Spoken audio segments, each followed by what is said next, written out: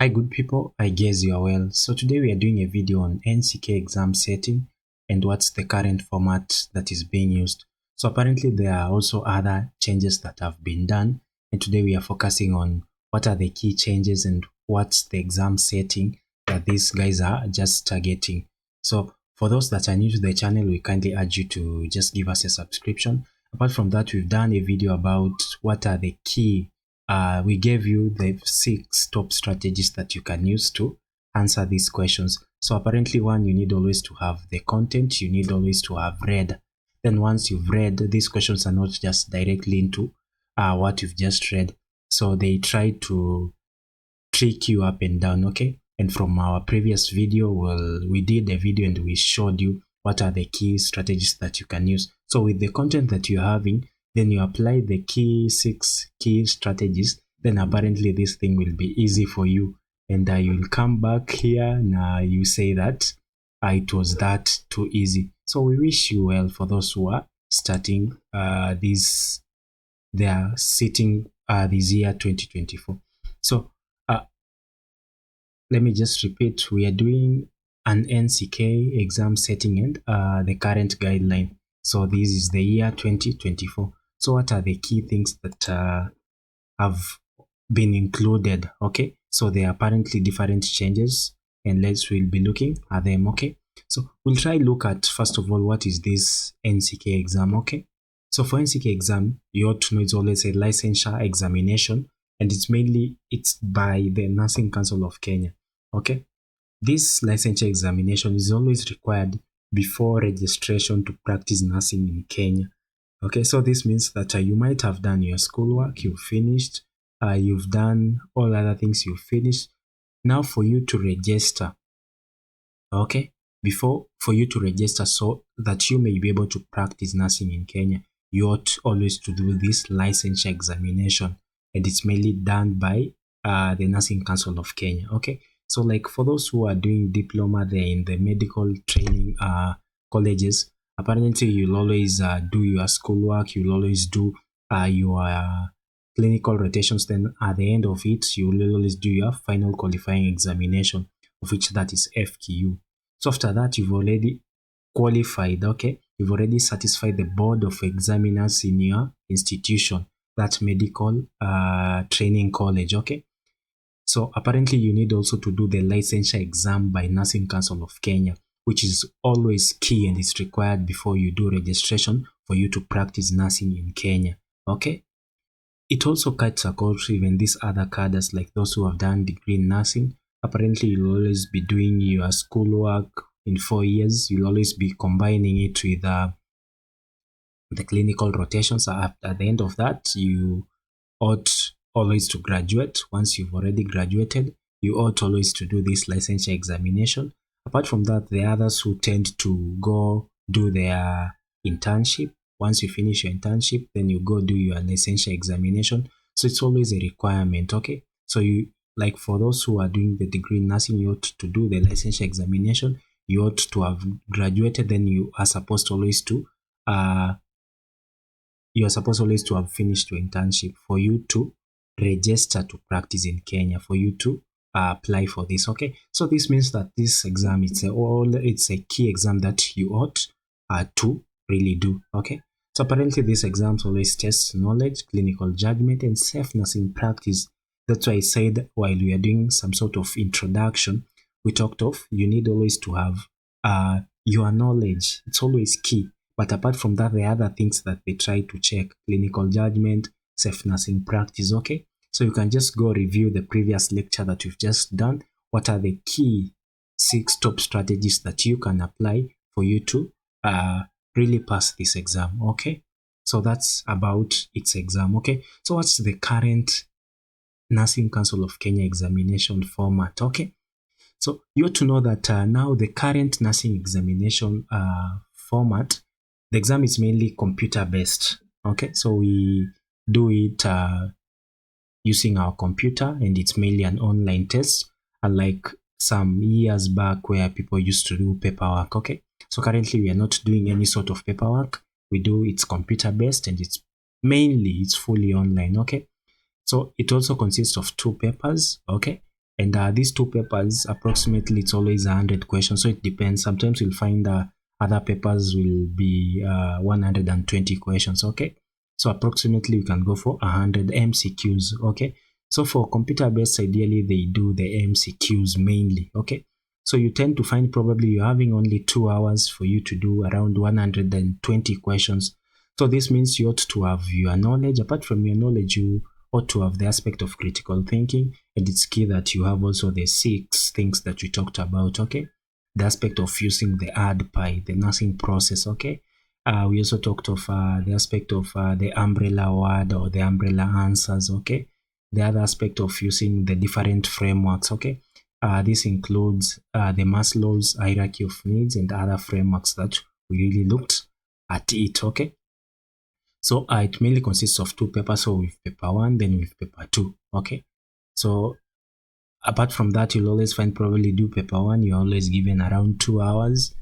You can finish before that 2 hours. Then you submit your answers. Okay. So if you're doing your paper, then the time elapses. Okay. So it always submits itself. Okay. So it's something automatic. Okay. And you ought to know it's mainly MCQs. And it's computer based and it's fully online. Okay, so like a total of about 200 multiple choice questions. So that is both paper 1 and paper 2. So up to this point, it's also key that why don't we look at paper 1 topics? What are the key topics that these people are focusing on paper 1 for you to be at par with all this? Okay, now for paper 1 topics, they mainly focus on medical, surgical, nursing. This is always a broader thing. Okay, so you ought always to have tips, you ought always to have the information and all the clues about medical, surgical, nursing. So it's combined medical, then the surgical. Okay, 2, they focus on pediatrics. These are children. Okay, so remember we have so many pediatrics conditions. It's always key that you be at par with it for you to be able to pass this paper 1. 3, you need also to look at critical care, that is intensive care unit, together with the high dependent unit HDU plus the ICU. That's always key. So it falls under paper 1. Another thing, the aspect of professionalism. Another thing, the aspect of communication and some sort of counseling is always there. Don't forget about reproductive health. It's always key. And it's always found in paper 1. Someone was asking about midwifery. Midwifery is not found in paper 1. Reproductive health is the one that is found in paper 1. Another person asks us about the aspect of community health. Community health, we are not finding it in paper 1. Okay. In paper 1, you're only finding the aspect of reproductive health, medical, surgical, nursing, pediatrics, critical care, communication, and counseling. Okay. What about paper 2 papers? Paper 2 topics, they tend to include midwifery. Okay, so that's the aspect of delivery, so that is mother and baby. Okay, midwifery, we talk of labor and delivery, mother and baby mainly. Family planning is always there. Then we check gynecology, it's always there. Then we do community health. Apart from that, pharmacology and HIV, AIDS, stroke, other STIs. Okay, so all these you'll always find it in paper 2. So if you are good at midwifery, you are good at labor and delivery, family planning, gynecology, community health, you'll always find paper 2 becomes easier for you. But it also depends. You'll always find there are people who are good at paper 1. They tend to be not that well in paper 2. So apparently it also depends with the person. But in overall, you need always to have a pass. Okay. So let's say you got a distinction in paper 1, then paper 2 you failed. Your overall score will always be a fail. So it means you'll repeat the paper that you failed. Okay. So it's always key that you tend to be well versed with all this. Okay. So as per the current guidelines, what are the exam room settings? Okay. So you have to know we always have 1 candidate per computer station. We don't share computers. Okay. So it means, and in most cases, they're advocating that you ought to have your laptop, okay? So that you have 1 candidate per laptop, okay? But if the laptop is not there, computer station is there, that's where you do, okay? Then you ought always to have your national ID and also student ID. Not forgetting the exam slip, which is always required, okay? For your identity, you'll always scan, okay? So they tend to use different softwares, but now they are more into the DigiPropter. Okay, so while you're starting your exam, there is some point where it will take a picture of you. Then you'll always put a picture of your ID over the webcam, and it will always take that. Okay, so that's where the identity card is always used. Okay, exam slip is to show you that this is the place that you are supposed to be and you are the right person. Okay, then for the aspect of mobile phones, notes, smartwatches, and bags, they are not allowed. Okay.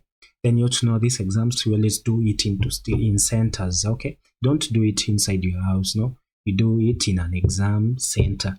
So you always find different centers in different regions. Like you'll find in Eldoret, you'll find here. If you go to Kitale, you'll find it in Polytechnic. If you go to Nakuru, you'll find different places. Nairobi, different places. Okay.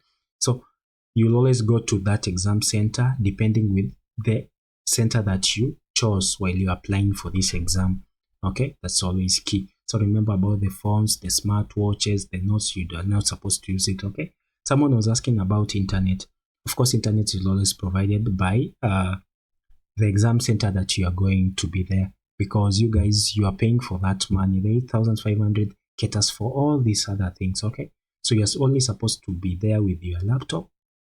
Okay, then now with your content, then yourself, you present yourself, not forgetting the exam slip and also the student ID. Okay, then while you are doing your exam, remember to always sign. Okay, you always sign. While you're signing, it shows that you are present in that exam center. Okay, that will prevent lots and lots of things. You'll find that people will always be missing marks. Okay, so once you sign, it's always a proof that you did the exam in the right venue. Okay, sawa sawa. So someone was asking about how many questions are always asked. Okay, so the types of questions that I always ask, they're always scenario based. Okay, and others tend to focus on the nursing actions. Okay, so you'll always find like common phrases like, what should the nurse do first? Okay, what is the priority action? Okay, so most questions, they're always scenario based, and you'll always find they tend to focus on the nursing action. That's why we are saying it's key that you have the knowledge by yourself first of all, then you try apply the 6 things. So for the video, we'll try to put its link down the chat box. Probably that will help you, or even you can just surf through this nursing manual of nursing YouTube account, and you'll find that video. Okay, so up to that point, I think we've covered most of your questions. Let's look at a sample question. You'll find the question reads about a patient arrives with severe shortness of breath. What should the nurse do first? Okay, so this patient has a severe shortness of breath. Will you take temperature? Will you ask for history? Will you assess for airway and breathing, or will you discharge teaching? Okay, so if you try see all these answers, they are correct. But what should you do first? Okay, among our tips we talked of, you need always to follow ADPI as our first tip. Okay, assessment is always key. Okay, and this client has shortness of breath, so we are focusing on what? And we talked of ABCs. Okay, so we'll always focus on the airway, then we go to breathing. So the correct answer at this point is option C. We assess for airway and breathing. Okay. Finally, what are the preparation tips that we can give you? Okay.